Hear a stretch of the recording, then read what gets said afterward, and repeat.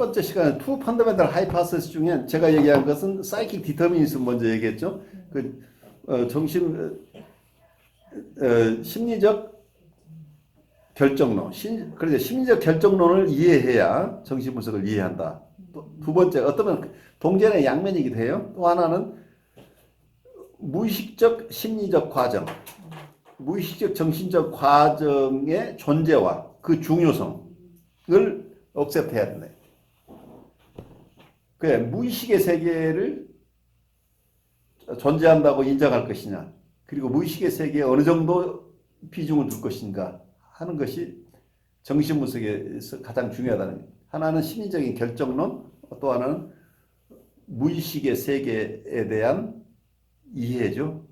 무의식의 세계가 존재한다는 것과 그 중요성을 이해하는 것이 정신분석의 두 가지 과정이라는 거. 여기는 굉장히 중요한데, 과거에는 중세나 근세까지도 우리는 무의식의 세계라는 것을, 용어가 있긴 했지만 정말 본격적으로 이렇게 무의식의 세계를 이해하게 된 건 프로이드부터라고 볼 수 있겠죠. 근데 과거에는 우리가 정신활동이라고 하는 것은 의식의 세계라고 봤어요. 무의식의 세계가 예외적인 게 아니고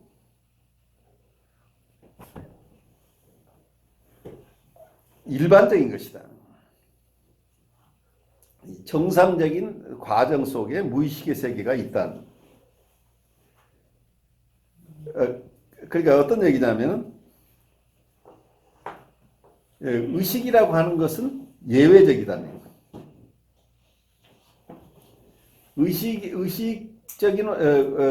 의식적인 정신활동이 원칙적인 게 아니고 이게 예외적이다고. 이게 아마 쉽지 않은 얘기예요. 우리는 의식의 세계에 살고 있고 무의식의 일부가 무의식에 억압되어 있다고 이렇게 보는 견해하고, 우리의 정신세계는 무의식이 지배하고 있는데 예외적으로 의식에 접근하는 경우도 있다, 이렇게 보는 건 다르죠. 그래서 의식이 예외적이라고 한다면 우리가 철저하게 의식만에 의존해서 사람을 이해할 수 없다는 것이 나오죠. 그래서 제가 과거에는 그 영성 쪽에서 좀 마음 공부를 조금 했었는데, 거기서 나오는 거가 오래된 전통 중에 하나가 의식성찰이라는 게 있어요. Consciousness Examination이라. 의식성찰이라는 건 원래는 이것도 조금 근대화된 개념이, 그전에는 양심성찰이라는 개념이에요. 그래서 우리가 양심성찰을 해서 우리 마음에 죄되는 게 있는지 없는지 이렇게 보아왔던 어떤 성찰 방법인데, 이게 근대화되면서 캐톨릭 쪽에서는 의식성찰이라는 개념을 써요. 그러니까 examination of consciousness, 그 의식의 성찰 또는 awareness examination, 그러니까 우리의 알아차림에 대한 성찰. 이게 보통 영성 쪽에서 보고 있는 것들이에요. 영성 쪽에서는 아직 무의식의 세계에 대한 얘기를 하지는 않고 있는 거죠. 우리가 잘 돌아보면 우리 의식 속에 어떤 정서가 있었는지, 과거에는 양심성찰이라는 개념에서는 보통 고백성사를 하기 전에, 컨페션을 하기 전에 내가 무슨 잘못을 한 것이 있는지를 하나하나, 내가 고백해야 될 것을 찾는 과정을 양심성찰이라고 과거에는 그랬어요. 근데 이런 방식이 결국 신앙적으로 혹은 영성적으로 성숙하는 데 큰 도움이 되는 것보다는 너무 형식적인 것일 수도 있겠다는 쪽에서 조금 더 성찰의 범위를 넓힌 게 awareness examination이라는 겁니다. 그러니까 우리의 의식에 떠오르는 것을 거기서는 주로 이모션을 봐요. 정서적인 것. 우리 안에 어떤 정서가 일어났었는지, 오늘 하루 동안에, 만약에 그 의식성찰은 꼭 어떤 기간이 정해진 것은 아니에요. 하루에 한 번 성찰을 할 수도 있고, 어떤 사람은 몇 시간에 한 번, 내가 오전 동안에 어떤 내 마음의 상태가 어땠는지 성찰할 수도 있고, 어떤 기간을 두고 한 달, 이렇게 여러 가지 적용할 수 있지만, 그 속에서 의식성찰이라는 개념에서는 정서를 굉장히 중요시한다는 것이 현대화된 부분이에요. 우리가 뭘 잘했느냐 잘못했느냐는 그런 측면, 조지멘탈한 것보다 내가 오늘 어떤 슬픈 정서가 있었는지, 오늘 기쁜 정서를 맞았는데 왜 내가 기뻐했었는지, 내가 왜 이렇게 우울했었는지, 그리고 그런 과정 속에서 어쩌면은 조금 더 깊이 영성적으로 들어가시는 분들은 내가 혹시 오늘 이러이러한 정서들을 느꼈는데 혹시 내가 만난 분 중에 내가 오늘 예수님을 만났는데 그분을 못 알아보고 지나친 것은 아닌지 하는 이런 여러 성찰들을 하는데 이때 정서 중심의 성찰들이에요. 그렇지만 여기서 unconsciousness라는 개념까지는 영성 쪽에서 들어가기 좀 힘들죠. 그런데 프로이드가 봤던 부분은 이 무의식의 세계, 의식으로 잡혀 나오는 것은 빙산의 일각이라는 얘기예요. 근데 우리는 거의 무의식적인 세계 속에 살고 있는데 그 중에 어떤 것들이 의식으로 잡혀 나오는 정도다. 이렇게 본다고 한다면 우리의 무의식의 세계가 얼마나 넓고 광대한지를 이해할 수 있다. 근데 어떤 분은 무의식의 세계를 이게 영성의 세계라고 이해하는 분도 있어요. 무의식을 가드라고 이해하는 분도 있다는 얘기예요. 영성과 정신분석의 접경적에서 연구하는 분 중에는 우리 무의식의 세계는 하느님의 세계다라고 보는 이런 견해까지 다양한 견해들이 있어요. 근데 어쨌든 그래서 우리의 의식이라고 하는 것이 우리의 정신세계의 전부를 차지하는 게 아니고 극히 일부라고 하는 것은 어떻게 본다면 이게 우리의 겸손해지기 위한 첫째 조건이죠. 내가 잘 살펴보니까 나는 하나도 잘못한 게 없어. 당신이 이렇게 했기 때문에 나는 이렇게 한 거야 라고 내 의식만 가지고 주장한다면 우리의 싸움은 끝나지 않죠.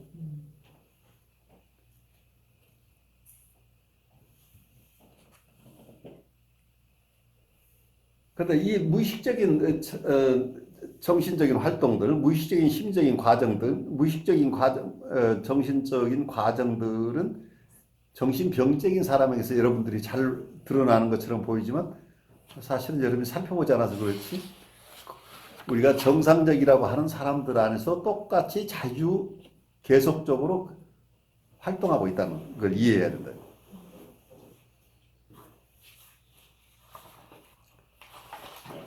그래서 우리가 아무 문제 없는 사람들은 무의식하고 상관없는 사람으로 착각하지 말아요. 우리의 삶 자체가 무의식이라는 거대한 정신생활 속에서 우리가 아는 것은 그 중에 일부를 의식에 떠오르는 내가 나라고 이해하는 것이 극히 일부의 나를 보고 있다는 걸 이해해요. 그래서 보통 우리가 어떤 일들이 일어났을 때 그걸 우연이라고 느끼는 거가 왜 우연이라고 느끼냐. 우연이라고 느끼는 건 무의식의 세계를 우리가 보지 않기 때문에 내가 전에 생각한 것하고 지금 생각은 전혀 동떨어진 생각이 지금 전에 이 사람이 이렇게 좋았는데 왜 갑자기 내가 이 사람이 싫어졌을까? 그냥 이 사람하고는 잘 안 맞나 봐. 전에 좋았는데 내 싫어졌다고 하는 것이 여기에서는 어떤 이유가 없는 것처럼 느껴져요.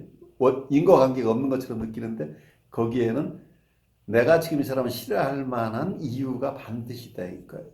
원인과 결과가 있다는 거예요. 그러니까 아까 인과관계 일어나고 겹치는 부분이 여기서 의식만 봐가지고 찾아낼 수 없다. 그 의식 성찰만 가지고 안 된다는 얘기예요. 무의식의 세계에 들어가야 여기 연결고리가 드러난다는 얘기예요. 그래서 무의식을 고려하지 않고 사람을 이해하려고 하면 이 컨티뉴어티가 연속성이 없기 때문에 결국은 그 사람을 이해할 수 없다는 얘기예요.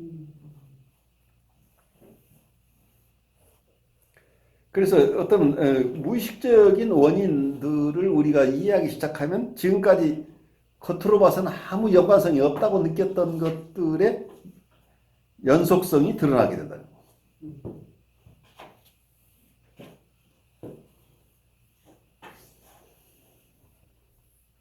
어떨 땐 그래요. 어떤 사람이 얘가 하나 재밌는 게 나오는 어느 날 갑자기 여러분 콧노래를 부르는 적 있잖아요. 콧노래를 부르고 있는데 이게 난데없이 웬 콧노래야? 근데 그 콧노래가 어떤 경우에는 자기도 알지만 어디에선가 선율이 들려왔는데 내 의식에 아직 반영되지도 않았어요.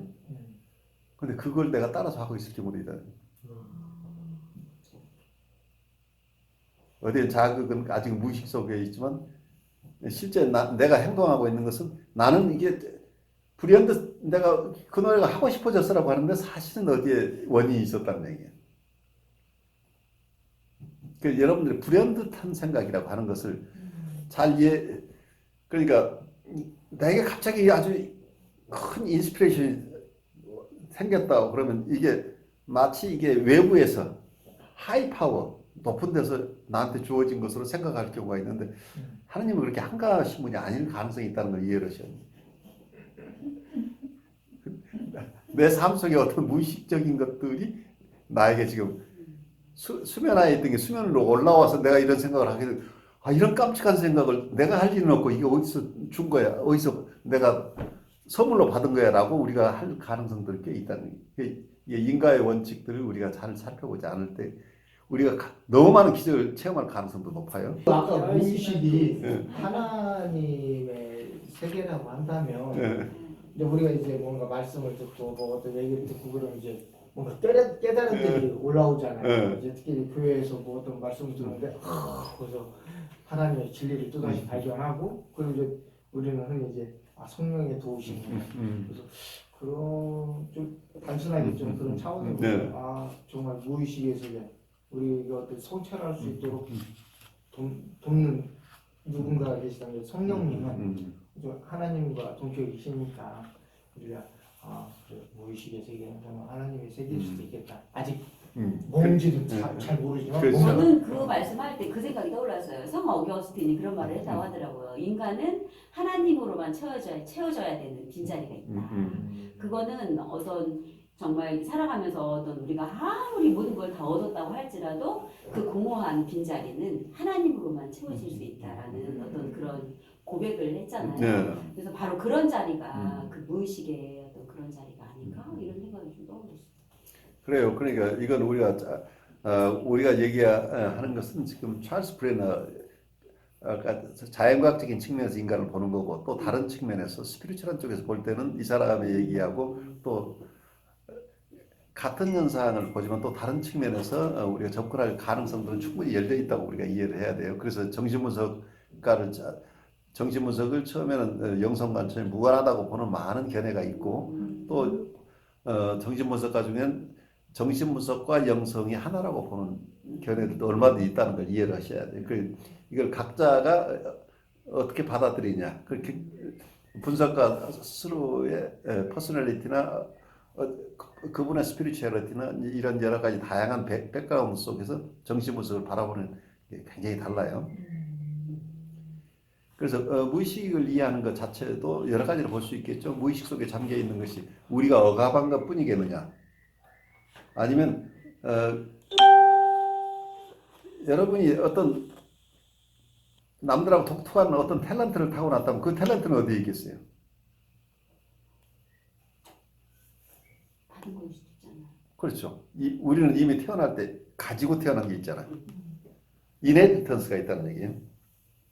그럼 그것은 우리 조상님한테 받은 것일 건가? 아니면 우리가 잘 모르는 우리의 창조주로부터 우리가 선물로 받은 것인가? 우리가 알 수 없는 영역들이 있죠. 그래서 무의식의 세계를 이해한다고 하는 인간을 이해하는 것하고 직결되는 부분이죠. 그래서 무의식을 보는 견해도 각각 다르다는 걸 이해해야 되죠.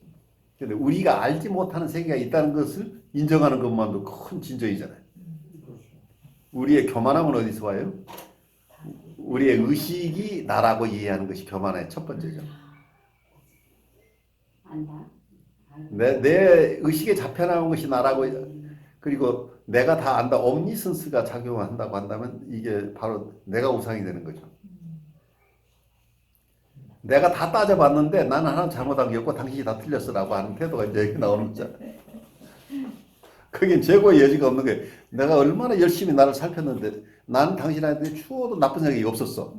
그래 나쁜 얘기를 한다고 한다면 그건 당신이 나쁜 거야 하고 그래서 판단이 딱 쓰잖아요. 그런데 상대방이 나에게 나를 공격적으로 느낀다고 한다면 내 무의식의 세계 속에 공격성이 저 사람에게 전달됐을 가능성이 있다는 것도 고려해 봐야 된다는 얘기죠. 그렇다면 함부로 상대방을 평가하기 어려워지죠. 이게 내가 원인을 제공했을 수도 있다는 것을 돌아볼 수 있다는 것만 가지고도 우리의 무의식의 세계를 인정할 만한 이유가 있죠. 이 무의식의 세계가 이렇게 광대한데 그리고 그만큼 중요해요. 그래서 인간을 이해한다는 건 이 무의식의 세계를 접어버리고 인간을 이해한다고 하는 것은 무모한 얘기일 수도 있다는 얘기예요.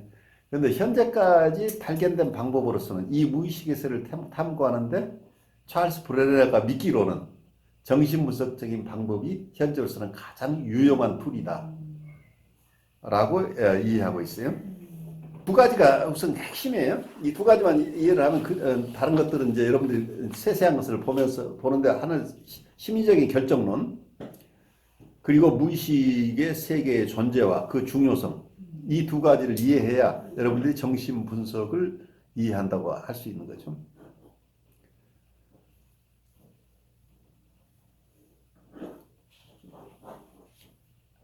그래서 어떠면은 이제 우리 리마인더라고 맨 나중 부분을 우리가 6번을 한번 같이 읽어보죠.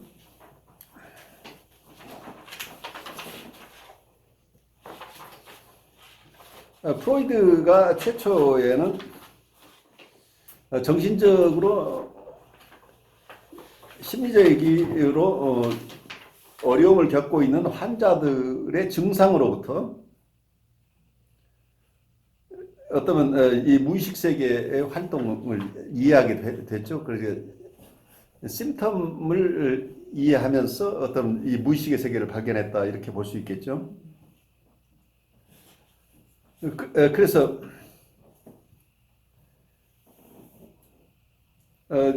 프로이드가 봤던 것은 심텀이라고 어떤 만약에 어떤 사람이 영어를 모국어로 타고난 사람이 갑자기 조문으로는 얘기를 할 수 있는 영어로는 얘기를 못하는 심텀이 생겼어요. 또 어떤 사람은 갑자기 심한 복통이 일어나는데 지금 아이를 출산하는 것 같은 어떤 통증을 느끼고 있다고 한다면 이런 심텀들이 어떤 미닝이 있다고 하는 거예요. 그래서 심텀에는 미닝이 있다고 하는 거예요. 미닝이라는 걸 잘 여러분 이해하셔야 돼요. 어떤 현상이 있을 때 그 현상 너머를 보라는 얘기예요.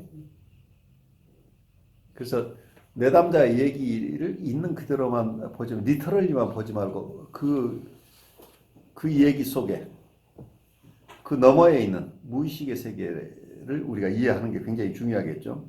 그래서 이 사람이 지금 자기가 알고 모르고 무의식의 세계는 본인도 이해를 못해요. 심텀을 내담자는 이해를 못한다는 얘기예요. 내담자는 이해 그래서 방어라고 하는 거죠. 어떤 심텀이 타협형성이라고 그래요. 그쪽에서는 만족과 방어가 섞여 있기 때문에 방어라는 부분을 좀 모른다는 얘기예요. 그리고 자기가 타협형성하고 있다는 사실도 몰라요. 그렇지만 이걸 이해하는 사람이 본다면 이게 병리적인 타협형성이 일어난다고 한다면 그럼 이분에게서는 이게 무슨 의미가 있느냐? 이 사람은 무엇을 추구하고 있는데 무엇을 두려워하고 있는가? 이 속에 그 어떤 증상을 봤을 때 증상을 그대로만 보지 않고 심텀 어널리시스가 필요하다는 거예요. 근데 여기에서 찰스 브레나의 얘기 중에 굉장히 중요한 얘기가 이분은 심텀 어널리시스를 굉장히 중요하게 생각해요. 보통 정신분석 책에서는 심텀은 원인 관계가 해소가 되면 원래 심텀이 나타나도록 했던 원인이 제거되면 자연적으로 심텀은 가라앉는 거니까 너무 심텀에 매달리지 말라 이렇게 대부분 얘기를 하죠. 그렇지만 찰스 브레나의 얘기 굉장히 들을 만한 얘기는 심텀 자체가 우리가 꿈에서 무의식이 드러나는 것하고 똑같다 얘기예요. 여러분 꿈 분석을 하면 꿈은 우리의 무의식의 왕도라고 얘기를 했죠. 근데 꿈에서만 무의식이 드러나는 게 아니고 우리의 일상 삶 안에서도 드러나고 그리고 모든 정신현상 속에 무의식이 있다고 본다면 우리의 심텀이 드러나고 어떤 우리의 증상이라고 하는 증상 자체도 무의식의 작용하고 있다는 거지. 그 심텀 자체에 미닝이 있다는 얘기예요. 그래서 이 미닝을 우리가 이해하는 것이 굉장히 중요하다고 볼 수 있겠죠. 그래서 찰스 브레너는 심텀 자체를 정확하게 분석하는 게 필요하다고 봐요. 심텀을 무시할 게 아니고, 여러분 이건 아주 저한테도 임상적으로 굉장히 중요한 얘기였어요. 심텀 어널리시스가 왜 꿈 분석에만 매달리지 말고 이 사람이 실제 지금 신체적인 아픔을 호소하거나 아니면 굉장히 심각한 특정한 종류의 두려움이나 불안이나 심각한 우울한 정서라고 한다면 이 우울한 정서에 어떤 우울함인가, 어디에서 오는 우울함인가, 그래서 이것 자체가 어떤 타협형성을 하고 있는가, 어디에서 연원하는 것인가 하는 것을 심텀 자체를 잘 분석한다고 한다면 이 사람의 무의식의 세계를 이해하게 된다는 얘기죠. 그래서 심텀을 간과하지 말라고 찰스 브레너는 주장해요. 근데 굉장히 중요한 얘기라고 봐요. 우리가 실제로 이 사람의 무의식을 이해하는 가장 첫 번째 왕도가 나는 봐서는 심텀이라는 얘기예요.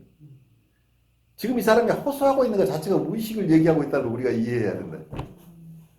이 사람은 이해할 수 없지만 이 사람이 지금 이렇게 얘기하고 있는 여러 가지 그 심텀 증상이라고 이렇게 보고 있는 그 증상 자체에 무의식이 관여하고 있는 부분들이 굉장히 크다고 한다면 이 사람의 심텀은 이제 무의식적인 어떠한 무의식적인 원인이 있어서 이 사람은 이런 증상을 드러내고 있을 것인가를 바라본다고 한다면 이 심텀 자체가 주는 심텀이 우리에게 가이드 역할을 하는 거죠.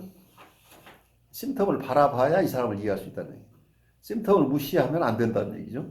그래서 우리가 만나는 내담자를 있는 그대로 바라보고 이 사람이 호소하는 그 증상들을 우리가 주의 깊게 들여야 된다는 거예요. 이건 원인을 내가 봐야지 너 지금 얘기하는 건 별로 중요한 게 아니야 라고 우리가 주의를 안 주고 지나가서는 안 된다는 얘기를 하고 있어요. 또 하나, 무의식이 건강한 사람이나 건강하지 않은 사람 모두에게 중요한 역할을 하고 있다 하는 것을 이해하는 것가 굉장히 중요하죠. 그리고 아까 얘기했던 대로 어떤 무의식의 세계가 우리의 정신생활에 아주 대부분을 차지하기 때문에 의식적인 것은 예외적인 것이다 하는 얘기를 우리가 다시 한번 되새기면 좋겠어요. 그래서 많은 정신적인 활동이 거의 우리의 의식에 흔적을 남기지 않고 진행된다는 거예요. 여러분들 운전할 때 어떻게 운전해요? 운전하고 와서 내가 좌회전하고 우회전하고 집에까지 왔는데 내가 운전하고 온 길을 그 방법을 복귀할 수 있어요? 바둑을 두듯이? 내가 어떻게 왔는지 잘 모르잖아요. 내 무의식적인 펑션들이 계속 내 의식에 잡혀 나오지 않는 사이에 다들 위험을 피하고 적절한 길을 찾아오잖아요. 이게 우리 무의식들을 실제로 우리는 의식에 의해서 만약에 모든 것을 의식으로 해결한다면 우리가 어떻게 살 수 있겠어요?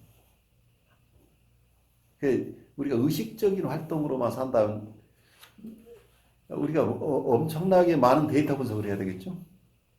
굉장히 중요한 게 아까 얘기지만 우리가 잊어버리지 말아야 될 게 의식의 세계가 우리의 정신생활의 전부가 아니라는 것. 무의식의 세계가 가장 중요한 영역을 차지하고 있고 의식의 세계는 극히 일부고 예외적인 것이다 라고 이해를 해서 전인적으로 인간을 이해한다고 하는 것은 우리가 무의식의 세계를 잘 이해해야만이 이 사람을 전체를 이해할 수 있다 하는 얘기를 할 수 있겠죠. 그래서 어떨 때는 굉장히 복잡한 정신현상까지도 무의식적으로 일어난다. 그래서 처음에는 프로이드도 이드의 세계는 무의식의 세계로 보고 이고의 세계는 의식의 세계로 봤어요. 그래 나중에 보니까 우리의 이고의 세계 자체가 의식만 있는 게 무의식이 있더라 하는 얘기예요. 그리고 슈퍼이고도 의식적인 것만 있는 줄 알았는데 무의식적인 것도 있더라. 그러니까 의식과 무의식으로 구별해낼 수 없는 거다. 그만큼 우리의 정신적인 삶 전체가 무의식의 세계에 노출되어 있다는 거예요. 그러니까 프로이드가 봤던 게 뭐예요? 방어라고 하는 개념이 디펜스가 의식적인 방어도 있지만 프로이드가 본 중요한 방어는 무의식적인 방어예요. 그래서 이 방어의 개념이 무의식적인 것이라는 걸 이해할 때만 아까 제가 얘기한 공감을 할 수 있는 거예요. 이 사람이 방어라고 하는 것은 자기는 참 좋은 사람, 아주 좋은 행동만 하는 사람, 자기는 굉장히 착한 사람으로 이렇게 사는 사람이 있어요. 굉장히 착한 사람인데 저 사람 마음속에는 뭐가 있을 것인가? 저렇게 착하게 살고 있는 것은 무엇 때문일까? 현상으로 드러나는 건 이 사람의 퍼스널리티 트레이트는 이 사람은 착한 사람이야. 착한 사람의 마음속에 있는 것은 무엇일까?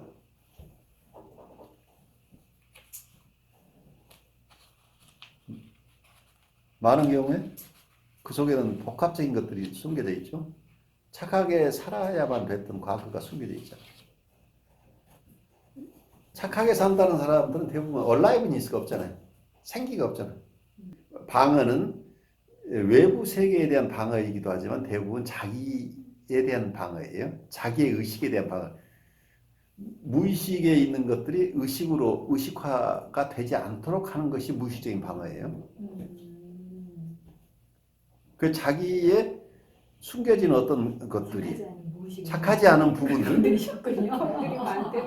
그 금기상이. 근데 이것은 본인도 지금 이걸 힘겹게 겨우 막아나가고 있는데 이걸 누군가가 보게 만든다고 하는 것은 엄청난 공격이 되는 거죠. 그래서 이 방어는 자기 스스로의 의식에 대한 방어라는 거예요. 그러니까 자기가 스스로 자기를 속이는 거라는. 근데 거기서 속이는 자기는 무의식이에요. 무의식이 의식을 속이는 거예요. 무의식 안에 있는 것을 너는 모르게 해야 돼. 그래서 이쪽 의식이 접근하지 못하도록 한다. 그러니까 보통 우리가 자기라고 생각하는 게 의식이 자기라고 컨셔스니스가 셀프라고 이해를 하니까 보통 사람은 정신분석 공부하지 않은 사람은 나는 내가 생각하는 게 나라고 생각하잖아. 그러니까 자기는 전혀 양심의 거리낌 바도 없고 나는 세상을 평화스럽게 살려고 하는 사람이고 모든 사람을 도와주려고만 난 평생 산 사람들이 많아요. 그런데 이 사람이 방어하고 있는 건 그 속에서 엄청난 공격성이 눌려있을 가능성이 높다.